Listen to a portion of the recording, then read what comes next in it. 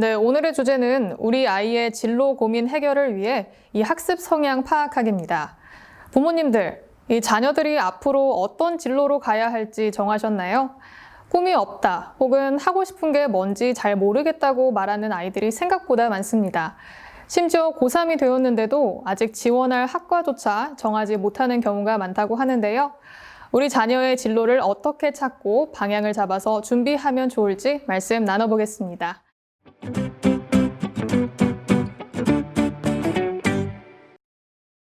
네, 먼저 입시 전문가이자 교육 테크 기업 엄마수첩의 대표이신 송민호 대표님 모셨습니다. 안녕하십니까, 송민호라고 합니다. 네, 우리 아이 인서울 대학 보내기의 저자이시고 IM스쿨 칼럼니스트 박원주 작가님 모셨습니다. 안녕하십니까, 박원주입니다.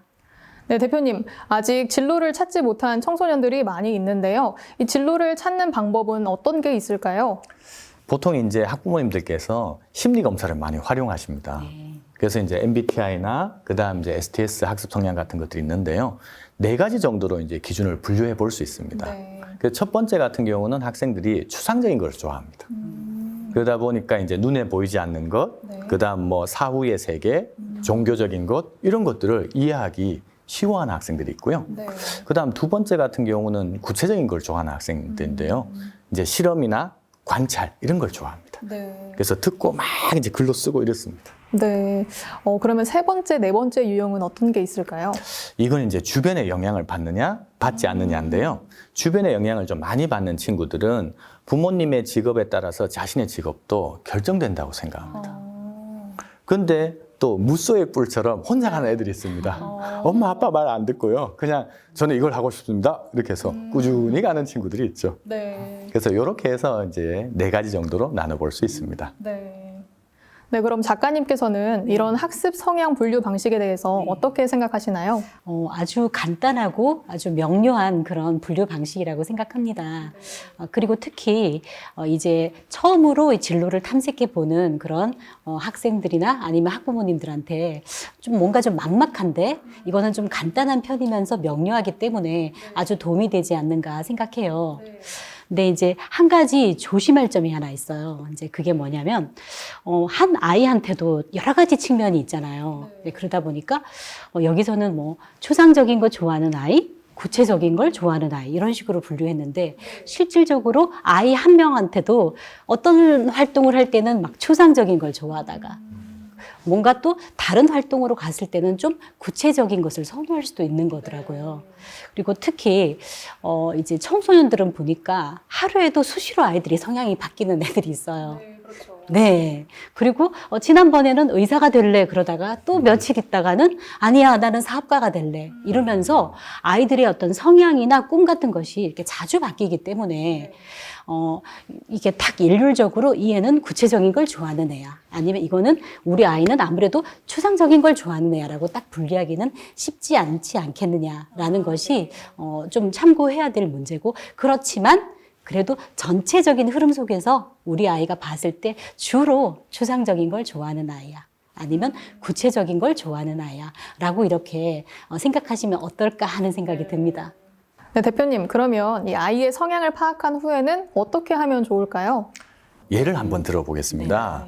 그래서 추상적인 걸 좋아하는 학생들은 일반적으로 목표치가 너무 높습니다. 대통령이 될 거야, 과학자가 될 거야, 막 이렇게 하는데 그거는 이제 왜 그때는 다 그러지 않습니까? 네네. 그러다 보니까 예를 들면 과학자가 되려면 요런 단계를 거쳐야 돼. 그러면서 좀 부모님들이 부드럽게 얘기해 주셔야 돼요. 네. 왜냐하면 또 야, 이런 거 몰랐어 이렇게 돼버리면 애가 또 놀래갖고 안 받아들입니다. 그래서 표현을 좀 부드럽게 해주시면 될 것 같고요. 격려해 주시라는 말씀이신 거죠? 맞습니다. 그렇게 해주시면 예. 좋습니다. 그 다음에 이제 구체적인 걸 좋아하는 학생들은요, 경험의 폭을 좀 넓혀주셔야 돼요. 왜냐하면 자기가 본 것만 생각하다 보니까 다른 걸 잘 못 봐요. 네.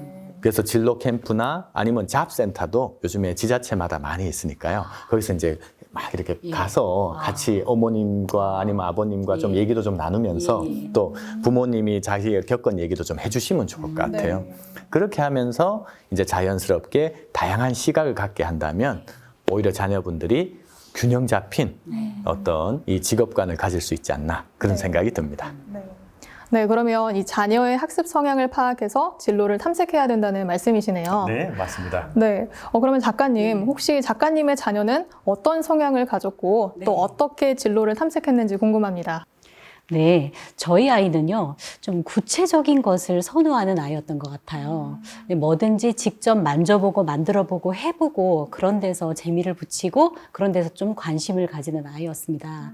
그래서 저는 이제 아이의 그런 특성을 생각해서 이제 방학마다 이제 가족 여행을 조금 다녀온다거나 아니면 과학관, 미술관, 박물관 같은 데를 이렇게 관람을 가서 네. 이제 아이 보고 봐라, 이순신 장군의 거북선이 저렇게 생겼다. 아니면 역사적인 장소가 여긴데 여기서 그런 전투가 벌어졌다고 하더라. 뭐 이런 식으로 아이한테 많이 이렇게 체험 학습을 시키려고 노력을 했습니다. 이제 두 번째로 저희 아이는 또 주변 환경에 좀 많이 영향을 받는 아이였어요.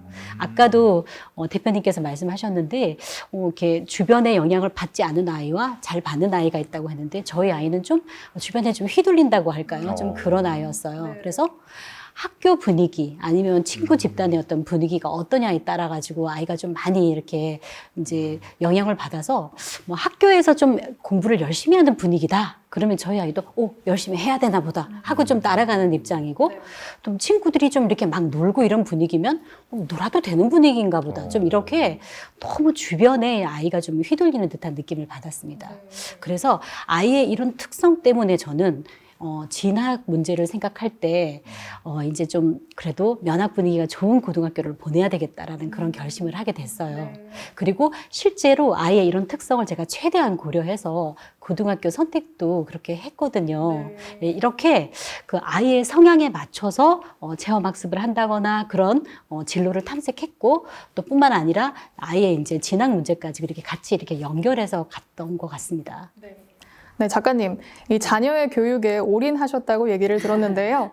그러면 구체적으로 이 자녀의 학습 성향과 또 진로 진학을 어떻게 연결했는지 궁금합니다. 아, 네. 사실은 그 저희 아이가, 이제 아까도 말씀드렸지만은 학습 성향이 좀 이제 아무래도 구체적인 것을 좀 좋아하는 아이고 또 환경에도 많이 이렇게 좌우되는 아이라는 말씀을 드렸잖아요. 근데 이제 그것도 중요하지만 또한 중요한 것이 아이의 학습 역량 같은 것도 무시할 수 없습니다. 우리가 흔히 말하는 성적 이런 거죠. 아니면 아이의 어떤 그 적성 이런 것도 무시할 수 없더라고요. 그 진로와 진학을 탐색함에 있어서요. 그래서 하나 일화가 있는데요. 이게 저희 아이가 이제 초등학교 때 그 아주 메디컬 드라마, 아주 인기 있는 드라마가 있었어요. 그 뉴하트. 예, 들어봤습니다. 들어보셨죠? 예. 예, 그리고 또 굿 닥터 뭐 이런 아주 재밌는 드라마가 있었는데 저희 아이가 그걸 보더니 엄마 나 의사가 돼야 되겠어 이러면서 의사의 꿈을 막 펼치는 거예요. 그래서 저는 아이고 좋겠다 우리 아들 의사 되면 이렇게 저 솔직히 꿈을 꿨거든요. 저도.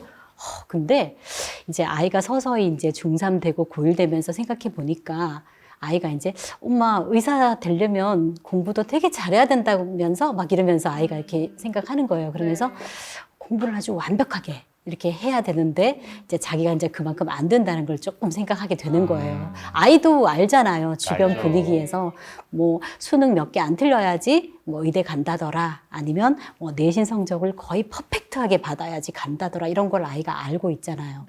거기다 한 가지 더는요. 저희 아이 중3 때 그 과학을 배우는데 보니까 물리 파트가 나오는 거였어요.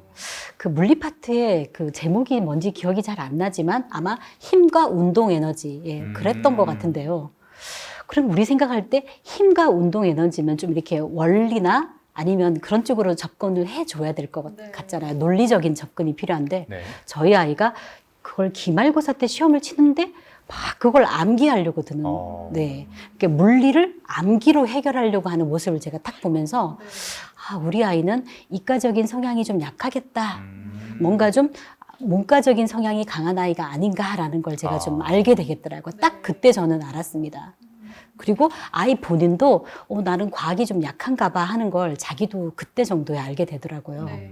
예, 그렇게 되면서 아무래도 의대를 가려면은 그 수학이나 과학 쪽이 아주 이렇게 잘 돼야 되는데 자기가 조금 약하다는 걸 알면서 아이도 서서히 자연스럽게 그 의사라는 그런 진로를 자연스럽게 접고 이제 문과 쪽으로 좀 자기가 좀 생각해 봐야 되겠다고 하더니 어느 날 엄마 나 경영 전문가가 될래요 라고 말을 하더라고요. 제 아이가 아무래도 이제 환경의 영향을 좀 받는 아이다 보니까 이제 아버지가 이제 사업을 하고 하는 것을 좀 지켜보더니 나도 저쪽으로 나가야 되나 보다 이렇게 또 생각을 하더라고요. 결국은 저는 그 진로가 진학하고 바로 연결이 됐던 케이스여서 저희 아이는 빨리 진로를 찾을 수 있었기 때문에 진학이 이렇게 잘 되지 않았는가 하는 생각을 합니다. 네, 이 자녀의 진로를 정하는 과정에서 실제 경험담으로 들려주시니까 더욱 와닿는 것 같습니다. 네, 이상으로 자녀의 학습 성향을 파악해보고 이에 맞게 진로를 탐색하고 진학과 연결시키는 방법에 대해 말씀 나눠봤습니다.